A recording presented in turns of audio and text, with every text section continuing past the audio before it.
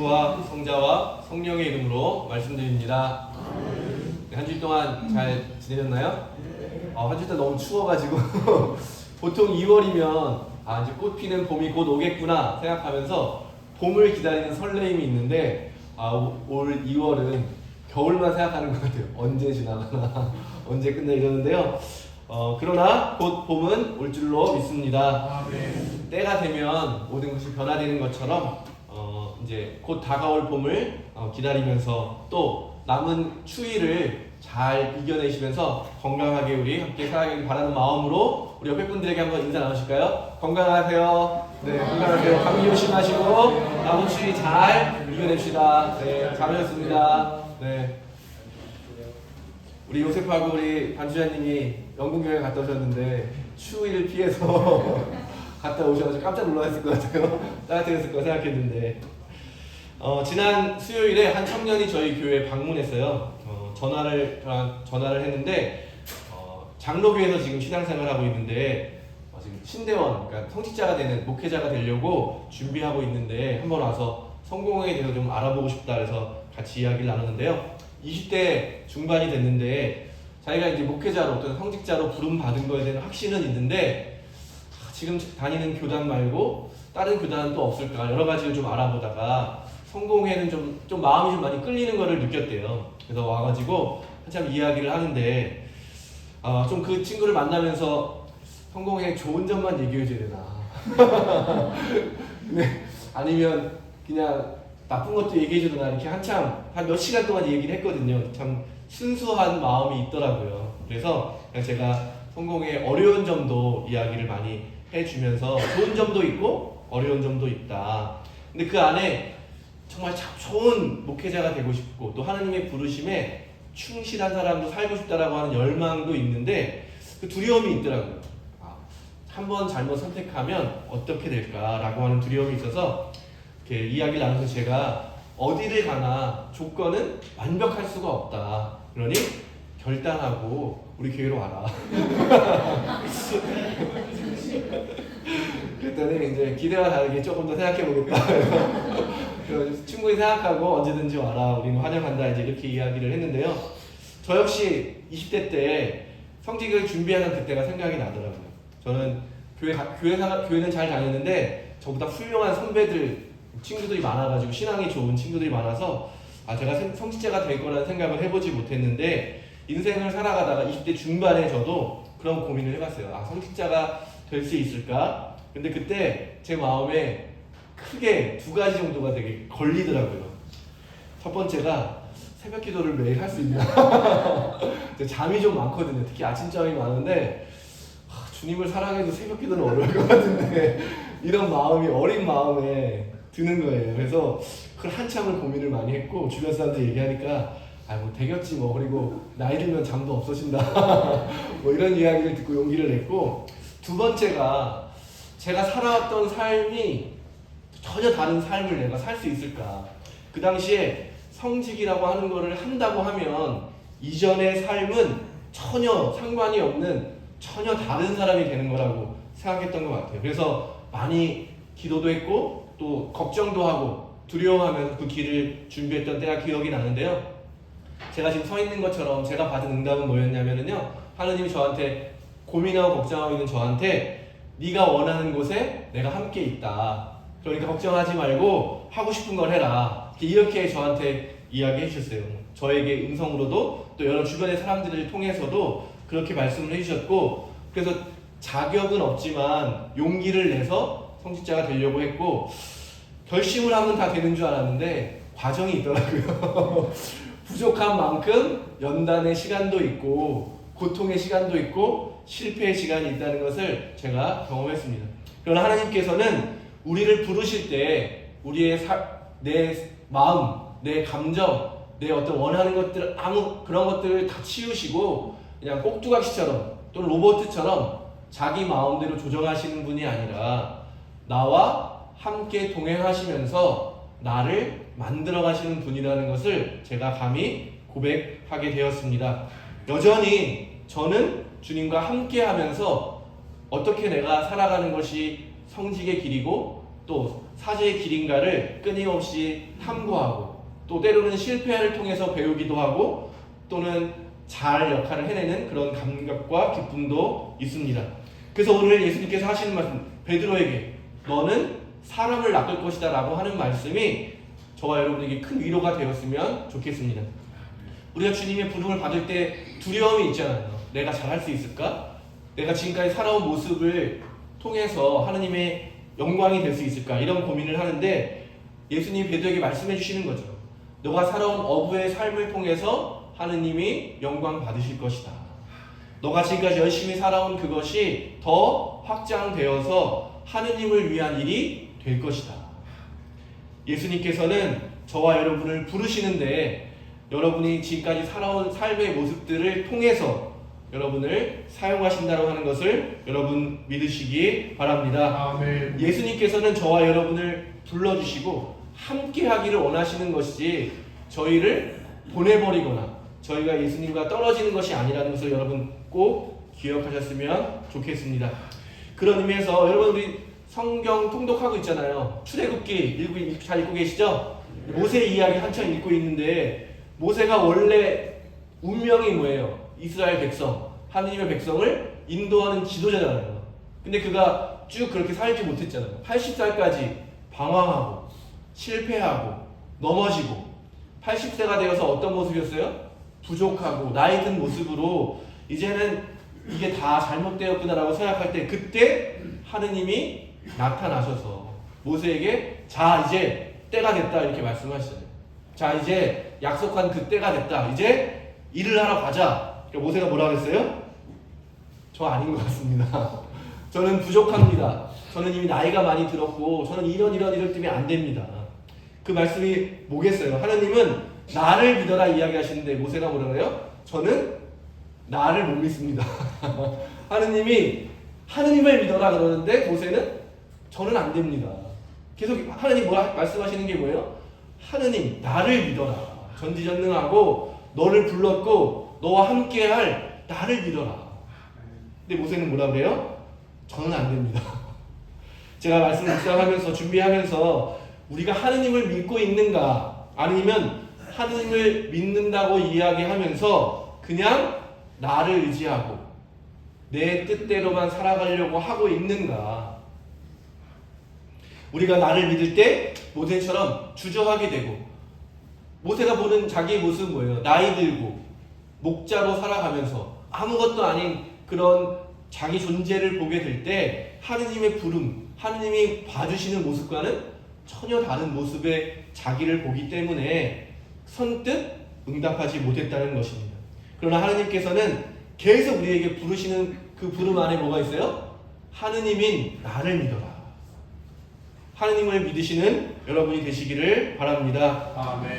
다시 우리 복음서 돌아오면 오늘의 이야기도 비슷한데요. 이런 거예요. 베드로가 밤새도록 뭐랬죠?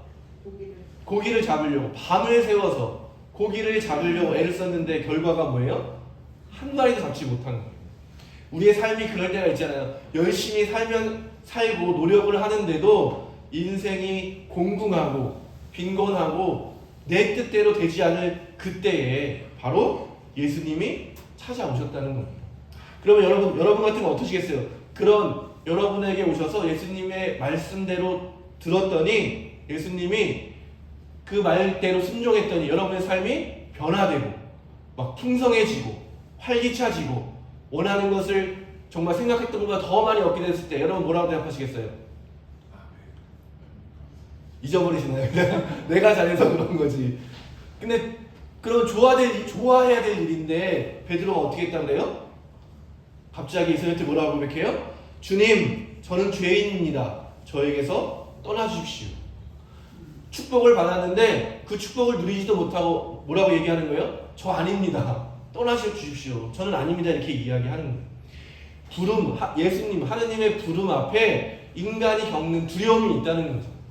내 계획, 내 뜻과 다르지 않을까 하느님의 뜻이 또 내가 원하는 것을 많이 얻게 됐을 때 이것을 계속 버려야 되는 것은 아닐까라는 두려움이 있기 때문에 베드로가 아마 이렇게 고백하지 않았을까. 저는 아닙니다. 옆 사람을 보내십시오. 저는 아닙니다. 더 훌륭한 사람이 많이 있지 않습니까? 근데 그런 베드로에게 주님이 뭐라고 말씀하세요? 두려워하지 말아라. 두려워하지 말아라. 모세를 만나주셨던 하나님과 똑같은 모습으로 예수님이 말씀하셨다고 저는 믿습니다. 나를 믿어라. 너를 의지하고 두려워하지 말고 나와 함께 가자. 그때 비로소 제자들이 자신들이 원하는 것이 물고기를 많이 잡는 것이 아니구나, 부유하게 사는 것이 아니구나, 더 큰 인생의 목적을 깨닫고 자신들이 살았던 삶을 버리고 주님을 따랐다고 오늘 이야기는 말하고 있습니다. 오늘 함께 읽은 바울로는 뭐라고 이야기합니까? 자기가 어떤 사람이라고 얘기해요? 자기는 자격이 없는 사람이라고 얘기하는 거죠. 예수님을 믿지 않았을 뿐만 아니라 교회를 박해하던 사람이고 정말 사도 중에 가장 보잘것없는 사람인데 이렇게 열심히 살아오고 많은 열매들을 맺은 게 무엇 때문이라고 고백해요? 이 모든 것이 다 내가 사도가 되고 이렇게 살아온 것은 모두 다 하느님의 은총입니다. 나 혼자라면 할 수 없었던 일을 주님과 함께 했기 때문에 할 수 있었고 지금 여기까지 달려왔다고 고백하는 건 아니겠습니까? 잘 아시는 달란트의 비유가 있어요. 거기 세 사람이 나오는데 첫 번째 5달란트 받은 사람, 2달란트 받은 사람, 1달란트 받은 사람이 있는데 두 사람은 열심히 잘 활용해서 달란트를 더 벌었는데 세 번째 사람이 실패했잖아요. 실패한 이유가 뭐예요? 실패한 이유가 뭘까요? 세 번째 사람이 결국 땅에 이 돈을 숨겨놓고 아무것도 하지 않은 이유가 뭐예요? 이유가 뭘까요? 하느님 그 주인에 대해서 잘 알지 못했던 거예요. 그 주인에 대해서 뭐라고 말해요? 주님은 심지 않은 곳에서 거두시는 분이고 엄하시고 무섭고 처벌받을 게 두려웠다는 거예요. 그런데 하느님은 어떤 분이에요? 오히려 실패를 전혀 탓하지 않으시는 분이고 오히려 끝까지 참아주시고 인내해주시는 분인데 이 종은 주인에 대해서 잘못 알았기 때문에 두려움에 빠진 거죠. 그 주인이 내가 이것을 실패해서 다 잃어버리더라도 나를 탓하지 않을 것이다 라고 그런 분이라는 걸 알았다면 그가 땅에 그것을 묻을 일이 없잖아요. 그러니까 우리가 주님의 부르심에 응답하지 못하는 가장 큰 이유는 뭐예요? 하느님에 대해서 잘못 알고 있기 때문에 여전히 하느님보다는 나를 믿고 싶기 때문에 내 뜻대로 내 마음대로 살고 싶기 때문에 하느님을 선택하지 못하는 것은 아닐까.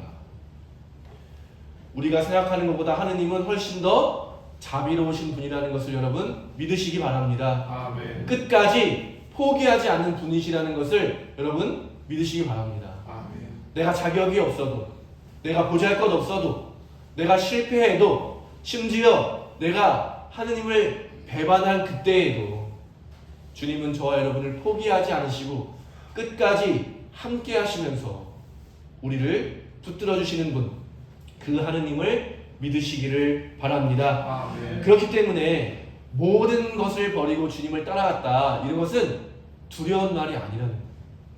무슨 말이 숨겨져 있어요? 표현되어 있지 않은 말이 뭐예요? 모든 것을 버리고 주님을 따라갈 수 있을 만큼 주님은 우리를 사랑해 주신다. 그 주님의 사랑을 의지할 때에 버릴 수 있는 것이지, 하느님이 무자비한 분이시고 정말 우리를 그냥 송어부처럼 사용해 줄 분이라면 그 누가 용기를 내서 주님을 따라갈 수가 있겠습니까? 그러니 주님을 바라보실 때에 하느님이 얼마나 자비로우신 분이신지, 하느님의 사랑이 얼마나 놀라우신지, 그 사랑이 우리를 결코 떠나지 않는다는 사실을 믿게 될 때, 그것을 붙들 때 우리는 오늘 베드로처럼 모든 것을 버리고 주님을 따를 수 있게 될 줄로 믿습니다. 아멘. 그렇기 때문에 모든 것을 버린다는 것은 아마도 우리의 삶의 우선순위를 다시 정한다는 의미일 거예요. 내가 지금까지 중요하게 여겼던 것이 무엇인지, 그러나 하느님을 만난 하느님의 사람으로, 예수님을 만난 예수님의 제자로서 내 삶에 가장 중요한 것이 무엇인지를 다시 재정비하겠다라는 말이 모든 것을 버린다는 의미라고 저는 생각합니다. 모든 것을 버린다는 것은 지금까지 내가 살아왔던 내 방식대로가 아니라 이제는 하느님의 방식대로 하느님과 함께 그렇게 살아가겠다는 고백이자 다짐이라고 저는 믿습니다. 그렇게 우리가 하느님의 부름 앞에 응답해서 살아가게 될 때 우리는 더 이상 혼자가 아닌 것이죠. 우리와 늘 함께 해주시는 아버지 하느님, 우리를 구원해 주시는 예수 그리스도, 또 우리에게 날마다 새 힘 베풀어 주시는 성령 하느님, 이 삼위일체 하느님과 함께 살아가는 사람들입니다. 우리 각자 한 사람 한 사람이 이런 과정에 다 있다고 저는 믿는데요. 우리가 다양한 모습으로 하느님을 만나고 경험하게 됩니다. 그러나 각자 다양한 모습으로 주님과 살아가는 것 같지만 우리는 하느님 안에서 다시 만나게 되죠. 그게 바로 교회를 이루어가는 것이고 우리가 장차 누리게 될 하느님 나라입니다. 하느님 나라에서 우리가 날마다 만나게 되기를 바랍니다. 모든 것을 버리고 주님을 따를 때 우리가 만나게 되는 곳 하느님 나라, 거기에서 우리 모두가 다시 만나게 되기를 바랍니다. 아멘. 성경의 맨 마지막 책 요한묵시록에 이렇게 기록되어 있습니다. 그 뒤에 나는 새 하늘과 새 땅을 보았습니다. 이전의 하늘과 이전의 땅은 사라지고 바다도 없어졌습니다. 나는 또 거룩한 도성 새 예루살렘이 신랑을 맞을 신부가 단장한 것처럼 차리고 하나님께서 계시는 하늘로부터 내려오는 것을 보았습니다. 그때 나는 옥자로부터 울려나오는 큰 음성을 들었습니다. 이제 하느님의 집은 사람들이 사는 곳에 있다. 하느님은 사람들과 함께 계시고 사람들은 하느님의 백성이 될 것이다. 하느님께서는 친히 그들과 함께 계시고 그들의 하느님이 되셔서 그들의 눈에서 모든 눈물을 씻어 주실 것이다. 이제는 죽음이 없고 슬픔도 울부짖음도 고통도 없을 것이다. 이전 것들이 다 사라져 버렸기 때문이다. 아멘. 이 마지막 하늘나라에 대한 비전이 저와 여러분의 소망이 되기를 바랍니다. 이전 것이 사라지고 새로운 것이 오는 것, 그것을 맞이하는 것, 그것이 신앙의 핵심입니다. 어리석게 여전히 옛 것을 붙들고 옛 사람으로 살아가는 것이 아니라 하나님의 약속을 믿으면서 이전 것을 버리고 새로운 것을 맞아들이는 그런 축복된 삶을 우리 모두가 누릴 수 있게 되기를 예수님의 이름으로 축원드립니다. 아멘. 성부와 성자와 성령의 이름으로 말씀드렸습니다. 아멘.